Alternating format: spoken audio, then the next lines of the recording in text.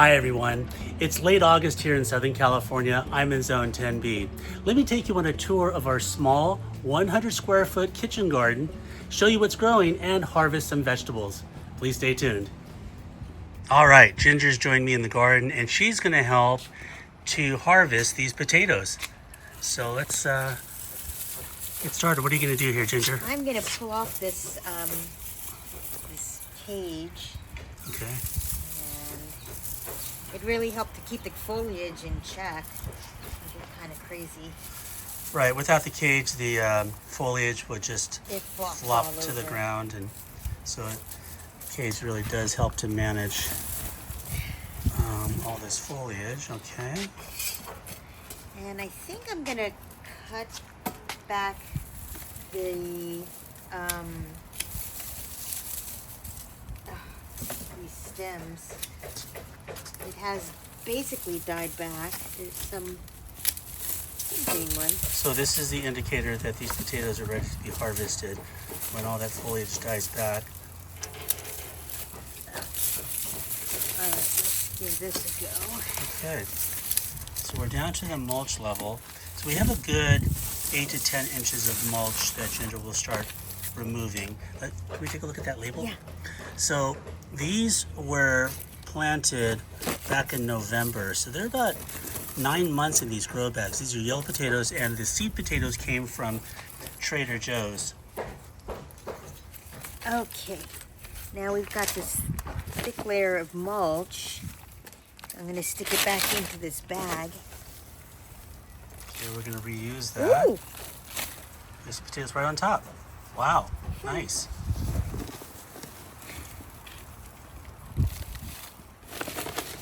Let's see.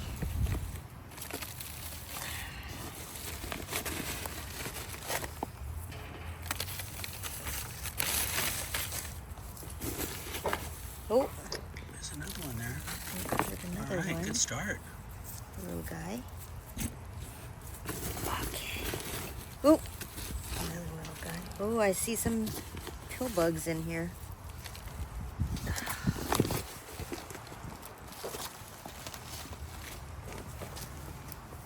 Okay, so we're coming down to seeing some potatoes already. More.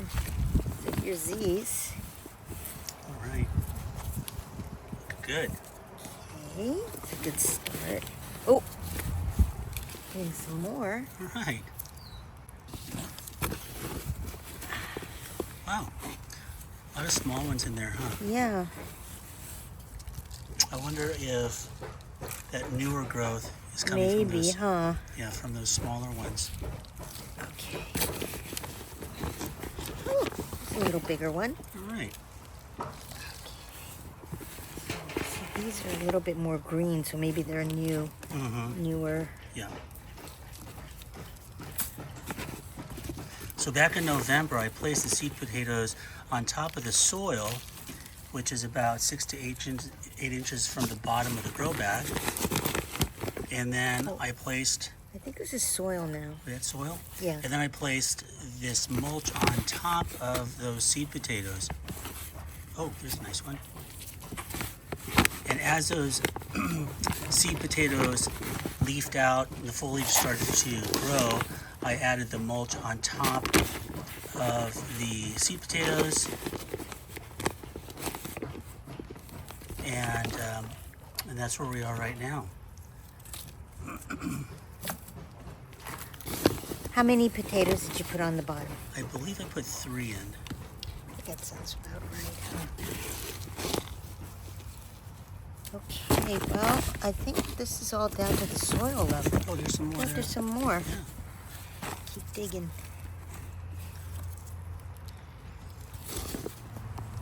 Oh, Right. yeah, this is all coming. Okay, let's take a look at what will be harvested today. Pretty nice harvest of potatoes. These are yellow potatoes. We like cooking these with rosemary and thyme and Onions. and onions, and roast them in the oven. So this will definitely make about, what, maybe 2 or 3, maybe 2 meals? 2. Yeah. I think so. All right. Or one big one. In this pot, I planted kabocha squash. This variety is called Sweet Mama. I sowed the seeds for this plant back in March, so these are about almost 5 months old. Let me just show you what the packet looks like. So this is from Kitazawa Seed Company. It's labeled Japanese Squash Sweet Mama Hybrid. According to the seed packet, it takes 90 days. So that would be, about 3 months. So this is going on 5 months now. So this is looking good. And we just have the one fruit on there. We're gonna harvest it. So Ginger is gonna cut through that stem.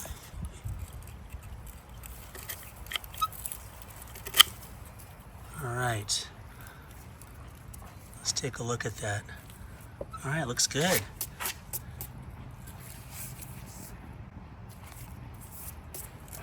And Ginger just noticed down here, there is actually 2 female flowers down there.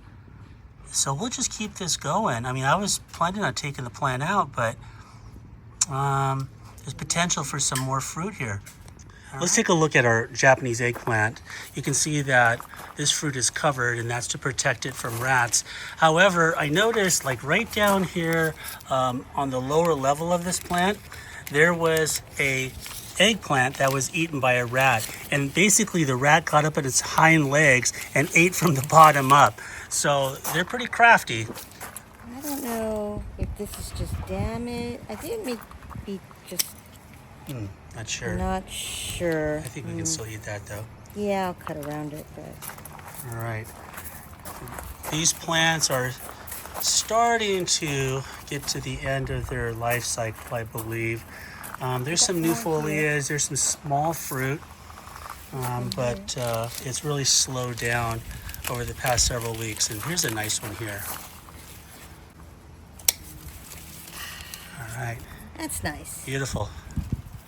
Let's check out these Momotaro tomatoes. There's Ginger back behind the plants.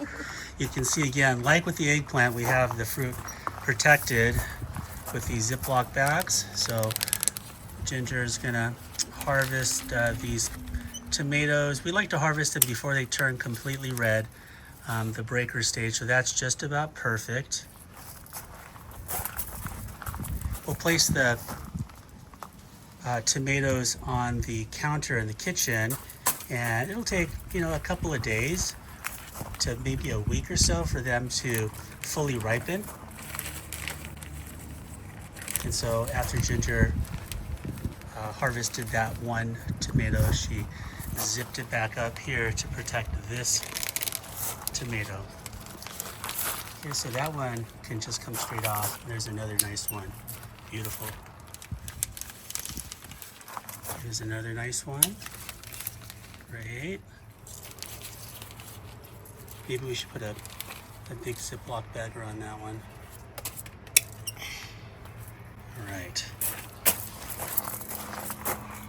All right, so we still have several tomatoes on the vines, and the plants are still doing well. As they get to the top of this trellis, I'm going to let out some string to let them continue growing. You can see that I have them attached to the twine with these clips.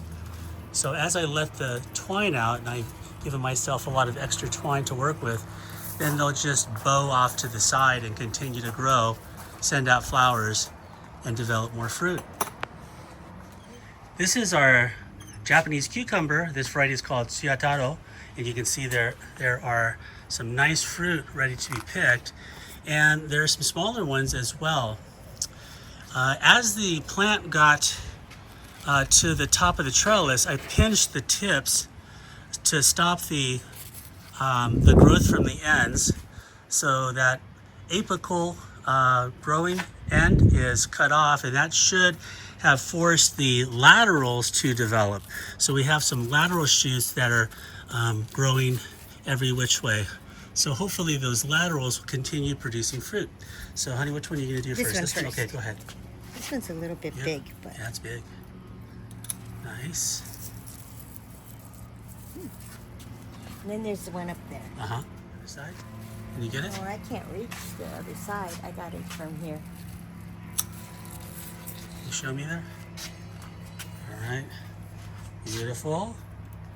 And I think there's one more there at the bottom. I think No, I the one want at to the leave bottom. him.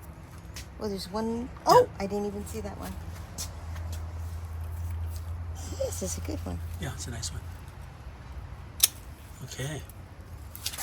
All right. Okay, let's swing over to the bitter melon plants. I have 3 plants in these 3 containers, and they're being trained up this plant cage.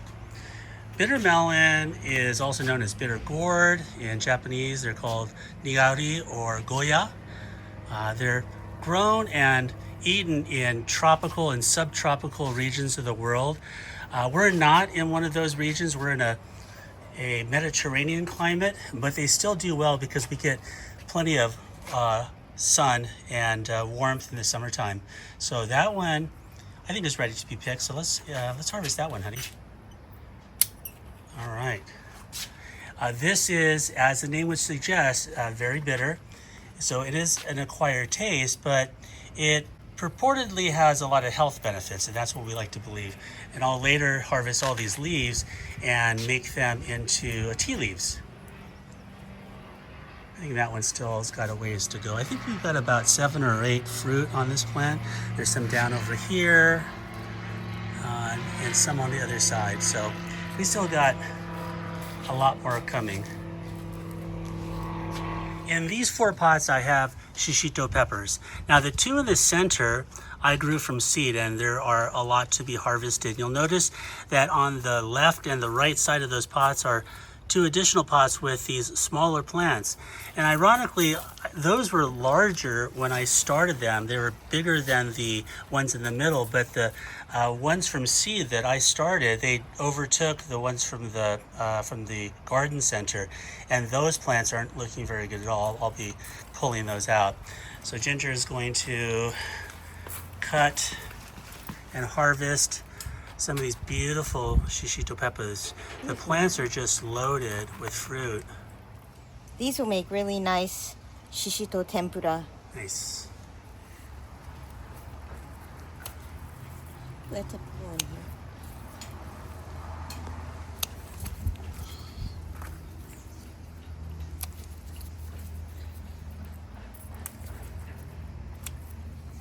We're back here in the herb area, and we have this Thai bird's eye pepper. You can see that these peppers have turned from green to red, so Ginger's going to harvest these.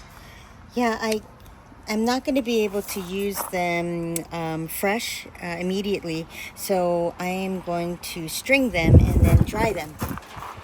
Nice. Okay.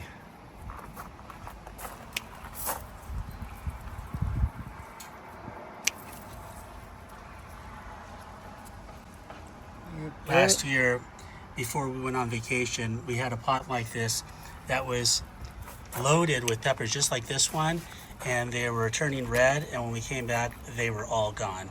We don't know what ate them. I'm assuming they were rats, but it's kind of hard to believe that any critter would want to eat these because they're so hot. I hope you got an ulcer. Yeah. Let's take a look at what we harvested today. So, honey, what's in the basket? So we have our kabocha, and we have our yellow potatoes that we just harvested. We have our nigauri or bitter melon.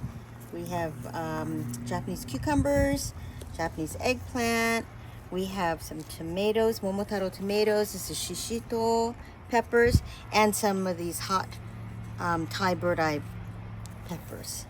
All right. Pretty good for a small garden. Yeah, it's a pretty good harvest. Nice job, Ginger. Thank you. So there you have it. This was a late August tour of our 100 square foot kitchen garden. I hope you enjoyed the video. Please consider liking and sharing this video with people you know. Please consider subscribing to our channel. We would really appreciate your support. And as always, thank you so much for watching.